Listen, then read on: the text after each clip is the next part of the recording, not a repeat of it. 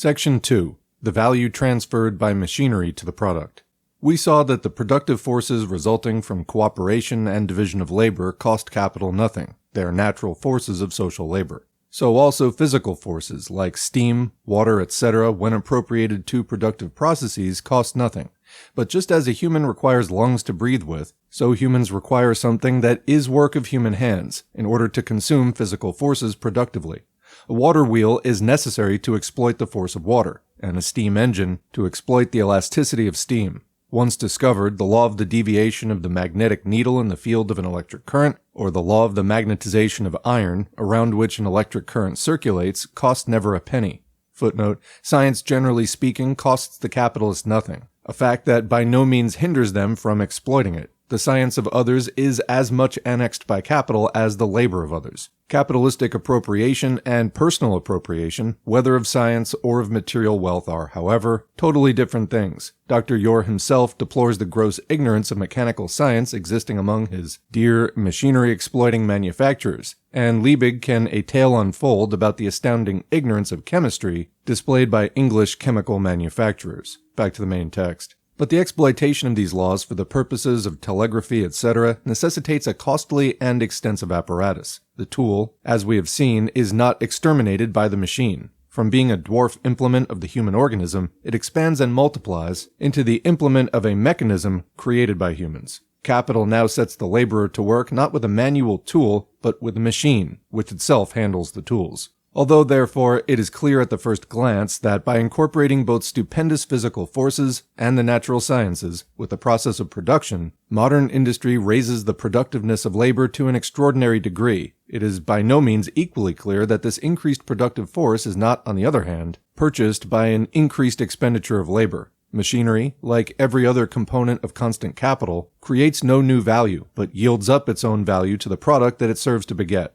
Insofar as the machine has value, and in consequence parts with value to the product, it forms an element in the value of that product. Comment as was covered extensively in an earlier chapter. Continuing. Instead of being cheapened, the product is made dearer, or more expensive, in proportion to the value of the machine. And it is clear as noonday that machines and systems of machinery, the characteristic instruments of labor of modern industry, are incomparably more loaded with value than the implements used in handicrafts and manufactures. In the first place, it must be observed that the machinery, while always entering as a whole into the labor process, enters into the value-begetting process only by bits. It never adds more value than it loses, on an average, by wear and tear. Hence there's a great difference between the value of a machine and the value transferred in a given time by that machine to the product. The longer the life of the machine in the labor process, the greater is that difference. It is true, no doubt, as we've already seen, that every instrument of labor enters as a whole into the labor process, and only piecemeal, proportionally to its average daily loss by wear and tear, into the value-begetting process. But this difference between the instrument as a whole and its daily wear and tear is much greater in a machine than in a tool, because the machine, being made from more durable material, has a longer life, because its employment, being regulated by strictly scientific laws, allows of greater economy in the wear and tear of its parts, and in the materials it consumes. And lastly, because its field of production is incomparably larger than that of a tool. After making allowance, both in the case of the machine and of the tool, for their average daily cost, that is, for the value they transmit to the product by their average daily wear and tear, and for their consumption of auxiliary substance such as oil, coal, and so on, they each do their work gratuitously, just like the forces furnished by nature, without the help of humans. The greater the productive power of the machinery compared with that of the tool, the greater is the extent of its gratuitous service, gratuitous here meaning free, so free service, compared with that of the tool. In modern industry, humans succeeded for the first time in making the product of their past labor work on a large scale gratuitously, like the forces of nature. Footnote, Ricardo lays such stress on this effect of machinery, of which in other connections he takes no more notice than he does of the general distinction between the labor process and the process of creating surplus value, that he occasionally loses sight of the value given up by machines to the product, and puts machines on the same footing as natural forces. Thus, quote, Adam Smith nowhere undervalues the services which the natural agents and machinery perform for us, but he very justly distinguishes the nature of the value which they add to commodities. As they perform their work gratuitously, the assistance which they afford us adds nothing to value in exchange, unquote. This observation of Ricardo is of course correct insofar as it is directed against J.B. Say, who imagines that machines render the, quote, service of creating value, which forms a part of, quote, profits, unquote. And commenting, there's a lot of confusion about this today with regard to artificial intelligence. Back to the main text. In treating of cooperation and manufacture, it was shown that certain general factors of production, such as buildings, are, in comparison with the scattered means of production of the isolated worker, economized by being consumed in common, and that they therefore make the product cheaper. In a system of machinery, not only is the framework of the machine consumed in common by its numerous operating implements, but the prime mover, together with a part of the transmitting mechanism, is consumed in common by the numerous operative machines.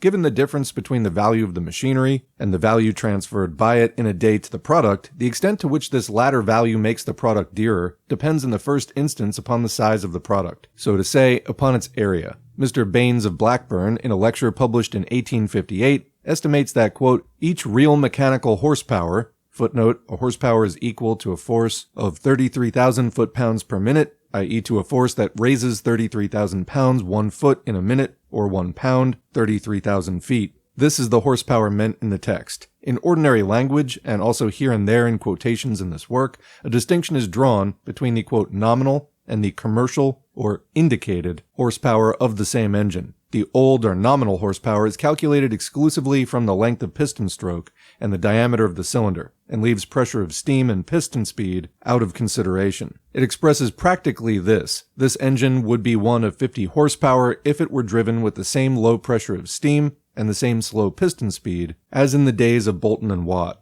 But the two latter factors have increased enormously since those days. In order to measure the mechanical force exerted today by an engine, an indicator has been invented which shows the pressure of the steam in the cylinder. The piston speed is easily ascertained. Thus, the indicated, or commercial horsepower of an engine is expressed by a mathematical formula involving diameter of cylinder, length of stroke, piston speed, and steam pressure simultaneously, and showing what multiple of 33,000 pounds is really raised by the engine in a minute. Hence, one nominal horsepower may exert 3, 4, or even 5 indicated or real horsepowers. This observation is made for the purpose of explaining various citations in the subsequent pages. And that's a note from Engels. Back to the main text where we're doing that quote, each real mechanical horsepower, now we know what's going on there, will drive 450 self-acting mule spindles, with preparation, or 200 throstle spindles, or 15 looms for 40-inch cloth, with the appliances for warping, sizing, etc., unquote. In the first case, it is the day's produce of 450 mule spindles, in the second, of 200 throstle spindles, in the third, of 15 power looms, over which the daily cost of 1 horsepower and the wear and tear of the machinery set in motion by that power are spread, so that only a very minute value is transferred by such wear and tear to a pound of yarn or a yard of cloth. The same is the case with the steam hammer mentioned above, since its daily wear and tear, its coal consumption, etc., are spread over the stupendous masses of iron hammered by it in a day. Only a small value is added to a hundredweight of iron, but that value would be very great if the cyclopean instrument were employed in driving in nails. Given a machinery's capacity for work, that is, the number of its operating tools, or, where it's a question of force, their mass, the amount of its product will depend on the velocity of its working parts, on the speed, for instance, of the spindles, or on the number of blows given by the hammer in a minute. Many of these colossal hammers strike 70 times in a minute, and Ryder's patent machine for forging spindles with small hammers gives as many as 700 strokes per minute. Given the rate at which machinery transfers its value to the product, the amount of value so transferred depends on the total value of the machinery. Footnote, the reader who is imbued with capitalist notions will naturally miss here the, quote, interest that the machine, in proportion to its capital value, adds to the product. It is, however, easily seen that since a machine no more creates new value than any other part of constant capital, it cannot add any value under the name of interest. It is also evident that here, where we're treating the production of surplus value, we cannot assume a priori the existence of any part of that value under the name of interest. The capitalist mode of calculating, which appears prima facie absurd and repugnant to the laws of the creation of value, will be explained in the third book of this work. Back to the main text. The less labor it contains, the less value it imparts to the product. The less value it gives up, so much the more productive it is, and so much the more its services approximate to those of natural forces. But the production of machinery by machinery lessens its value relatively to its extension and efficacy. An analysis and comparison of the prices of commodities produced by handicrafts or manufacturers, and of the prices of the same commodities produced by machinery, shows generally that in the product of machinery, the value due to the instruments of labor increases relatively but decreases absolutely. In other words, its absolute amount decreases, but its amount relatively to the total value of the product, of a pound of yarn for instance, increases. Footnote.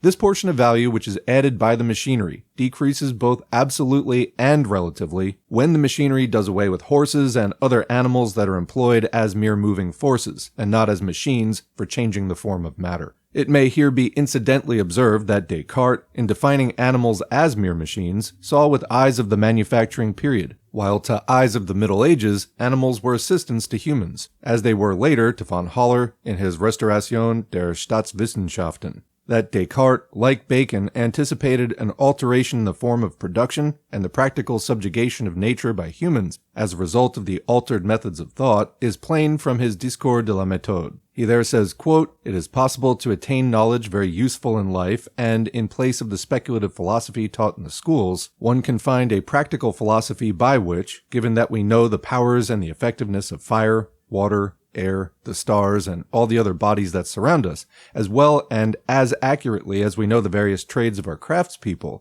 we shall be able to employ them in the same manner as the latter to all uses to which they are adapted, and thus, as it were, make ourselves the masters and possessors of nature, and thus contributing to the perfection of human life." Unquote. In the preface to Sir Dudley North's Discourses upon Trade, 1691, it is stated that Descartes' method had begun to free political economy from the old fables and superstitious notions of gold, trade, etc. On the whole, however, the early English economists sided with Bacon and Hobbes as their philosophers, while at a later period, the dominant philosopher of political economy in England, France, and Italy was Locke. Back to the main text. It is evident that whenever it costs as much labor to produce a machine as is saved by the employment of that machine, there is nothing but a transposition of labor. Consequently, the total labor required to produce a commodity is not lessened, or the productiveness of labor is not increased. It is clear, however, that the difference between the labor a machine costs and the labor it saves, in other words, that the degree of its productiveness does not depend on the difference between its own value and the value of the implement it replaces. As long as the labor spent on a machine, and consequently the portion of its value added to the product, remains smaller than the value added by the worker to the product with their tool, there is always a difference of labor saved in favor of the machine.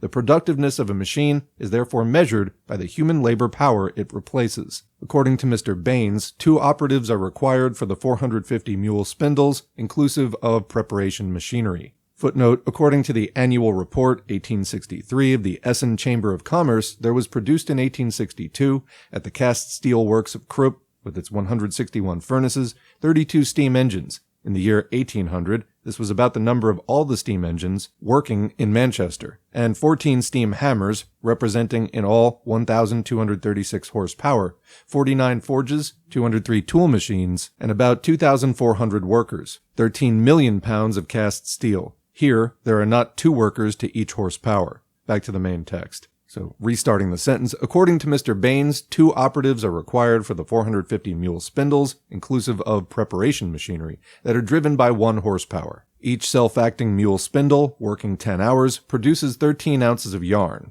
average number of thickness. Consequently, 2.5 operatives spin weekly 365 5/8 pounds of yarn. Hence, leaving waste on one side, 366 pounds of cotton absorb, during their conversion into yarn, only 150 hours labor, or 15 days labor of 10 hours each. But with a spinning wheel, supposing the hand spinner to produce 13 ounces of yarn in 60 hours, the same weight of cotton would absorb 2,700 days of labor of 10 hours each, or 27,000 hours labor. So, quick comment there. In the earlier chapters that defined value and talked about socially necessary labor time to produce something, here's a really good example. In the days where the standard was using a spinning wheel, having a hand spinner, the yarn produced, that product, was so much more valuable because that was the best that society on average could produce at that time. But after these machines are introduced, there is way less value in the product, there's less labor being absorbed into it. So in that era, in which these machines are commonplace in society and form the new standard, that yarn is much less valuable. Not in terms of its use, but how difficult or how much labor it requires to produce.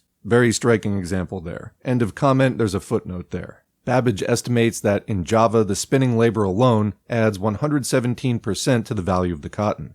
At the same period, 1832, the total value added to the cotton by machinery and labor in the fine spinning industry amounted to about 33% of the value of the cotton. That's according to Babbage's On the Economy of Machinery. Back to the main text. Where block printing, the old method of printing calico by hand, has been superseded by machine printing, a single machine prints, with the aid of one man or boy, as much calico of 4 colors in 1 hour as it formerly took 200 men to do. Footnote, machine printing also economizes color. Main text, before Eli Whitney invented the cotton gin in 1793, the separation of the seed from a pound of cotton cost an average day's labor. By means of his invention, one negress was enabled to clean 100 pounds daily, and since then the efficacy of the gin has been considerably increased. A pound of cotton wool, previously costing 50 cents to produce, included after that invention more unpaid labor, and was consequently sold with greater profit at 10 cents. In India, they employ for separating the wool from the seed an instrument, half machine, half tool, called a churka. With this, one man and a woman can clean 28 pounds daily. With the churka invented some years ago by Dr. Forbes, one man and a boy produce 250 pounds daily. If oxen, steam, or water be used for driving it, only a few boys and girls as feeders are required. 16 of these machines driven by oxen do as much work in a day as formerly 750 people did on an average. Footnote, see paper read by Dr. Watson, reporter on products to the Government of India before the Society of Arts, 17th April, 1860. Back to the main text. As already stated, a steam plow does as much work in 1 hour at a cost of 3 pence as 66 men at a cost of 15 shillings. I return to this example in order to clear up an erroneous notion. The 15 shillings are by no means the expression in money of all the labor expended in 1 hour by the 66 men. If the ratio of surplus labor to necessary labor were 100%, these 66 men would produce in 1 hour a value of 30 shillings, although their wages, 15 shillings, represent only their labor for half an hour. Suppose then a machine cost as much as the wages for a year of the 150 men it displaces, say 3,000 pounds. This 3,000 pounds is by no means the expression in money of the labor added to the object produced by these 150 men before the introduction of the machine, but only of that portion of their year's labor which was expended for themselves and represented by their wages. On the other hand, the 3,000 pounds, the money value of the machine, expresses all the labor expended on its production, no matter in what proportion this labor constitutes wages for the worker and surplus value for the capitalist. Therefore, though a machine costs as much as the labor power displaced by it costs, yet the labor materialized in it is even then much less than the living labor it replaces. Footnote, quoting Ricardo, these mute agents, meaning machines, are always the produce of much less labor than that which they displace, even when they are of the same money value, unquote. The use of machinery for the exclusive purpose of cheapening the product is limited in this way, that less labor must be expended in producing the machinery than is displaced by the employment of that machinery. For the capitalist, however, this use is still more limited. Instead of paying for the labor, they only pay the value of the labor power employed. Therefore, the limit to their using a machine is fixed by the difference between the value of the machine and the value of the labor power replaced by it. Since the division of the day's work into necessary and surplus labor differs in different countries, and even in the same country, at different periods, or in different branches of industry, and further, since the actual wage of the laborer at one time sinks below the value of their labor power, and at another rises above it, it is possible for the difference between the price of the machinery and the price of the labor power replaced by that machinery to vary very much, although the difference between the quantity of labor requisite to produce the machine and the total quantity replaced by it remain constant. Footnote. Hence, in a communistic society, there would be a very different scope for the employment of machinery than there can be in a capitalist or bourgeois society. Back to the main text. But it is the former difference alone that determines the cost to the capitalist of producing a commodity, and through the pressure of competition, influences their action. Hence the invention nowadays of machines in England that are employed only in North America. Just as in the 16th and 17th centuries, machines were invented in Germany to be used only in Holland, and just as many a French invention of the 18th century was exploited in England alone. In the older countries, machinery, when employed in some branches of industry, creates such a redundancy of labor in other branches that in these latter, the fall of wages below the value of labor power impedes the use of machinery, Comment, this is discussed extensively in the first few chapters of Fascism and Social Revolution by Dutt, where he's talking about the mass employment in the early 20th century in the capitalist countries. Continuing, and from the standpoint of the capitalist, whose profit comes not from a diminution or reduction of the labor employed, but of the labor paid for, renders that use superfluous and often impossible. In some branches of the woolen manufacture in England, the employment of children has during recent years been considerably diminished, and in some cases has been entirely abolished. Why? Because the Factory Acts made 2 sets of children necessary, one working 6 hours, the other 4, or each working 5 hours. But the parents refused to sell the half-timers cheaper than the full-timers, hence the substitution of machinery for the half-timers.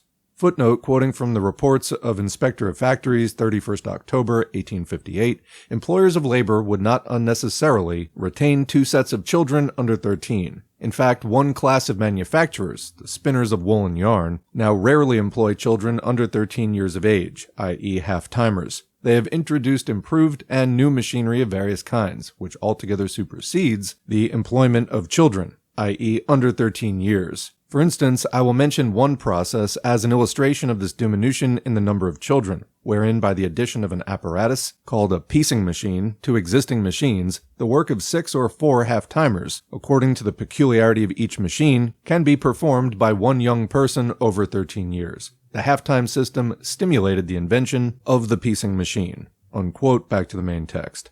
Before the labor of women and of children under 10 years of age was forbidden in mines, capitalists considered the employment of naked women and girls, often in company with men, so far sanctioned by their moral code, and especially by their ledgers, that it was only after the passing of the act that they had recourse to machinery. The Yankees have invented a stone-breaking machine. The English do not make use of it because the, quote, wretch, footnote, that is the recognized term in English political economy for the agricultural laborer, main text, who does this work, gets paid for such a small portion of their labor that machinery would increase the cost of production to the capitalist. Footnote, quoting Ricardo, machinery can frequently not be employed until labor, he means wages, rises. Unquote. Back to the main text. In England, women are still occasionally used instead of horses for hauling canal boats. Footnote, see Report of the Social Science Congress at Edinburgh, October 1863, back to the main text, because the labor required to produce horses and machines is an accurately known quantity, while that required to maintain the women of the surplus population is below all calculation. Hence nowhere do we find a more shameful squandering of human labor power for the most despicable purposes than in England, the land of machinery.